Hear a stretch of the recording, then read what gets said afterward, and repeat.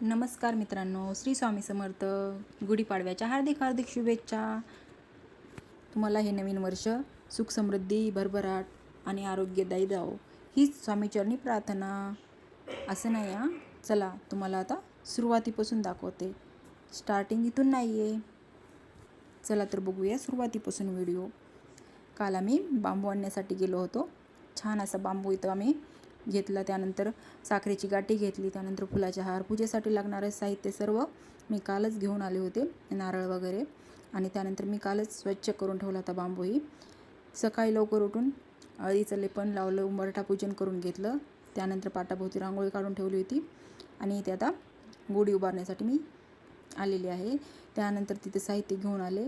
Orange कलरची साडी, आंब्याचा ढाळा, परत लिंबाचा ढाळा, तांब्या, हळदी कुंकू, अक्षदा, फुले वगैरे सगळं काही ताटामध्ये मी आणल्या होत्या. आता इथं आम्ही गुढी उभा करून घेत आहोत. इथे मोठ्या मोठ्या आकाराच्या थोड्याशा निऱ्या करून घेतल्या साडीच्या. त्या आता गुढीला आपण लावून घेत आहोत. थोडंसं छान असं मोठ्या मोठ्या निऱ्या केल्यानंतर छान दिसतात. त्यानंतर फुलाचा हार, गाठी, लिंबाचा ढाळा, आंब्याची पाने गुढीला छान असं बांधून घेतलं. आणि वरती तांब्या ठेवला. हळदी कुंकू, अक्षदा वगैरे लावून वरती आपली गुढी उभी केली आहे. त्यानंतर खाली मी आता पूजा करून घेत आहे. सर्वप्रथम दिवा लावला. त्यानंतर हळदी कुंकू वाहून गणपती पूजन केलेलं आहे.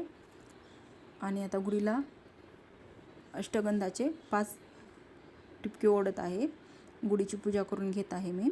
त्यानंतर हे झाल्यानंतर सगळ्या गुढीच्या याला फुलं वगैरे वाहून घेतले. गणपतीला फुलं वाहिले आणि गुढीलाही फुलं वाहून घेतले. त्यानंतर दिव्याला धूप वगैरे लावून घेतला. आणि आता इथे नैवेद्य पण ठेवला आहे गुढीला. आजचा सगळ्यात खास नैवेद्य म्हणजे हरभऱ्याची भिजू घातलेली डाळ, गूळ आणि लिंबाची पाने. तसं तर आमच्या इकडे लिंबाच्या तवराचा मान आहे, पण आता इथं भेटलं नाही मला, म्हणून मी लिंबाची पाने टाकली आहेत. त्यानंतर आवडणी पूजा करून घेतली गुळची. हळदी कुंकू, अक्षदा वगैरे फुले वाहिली.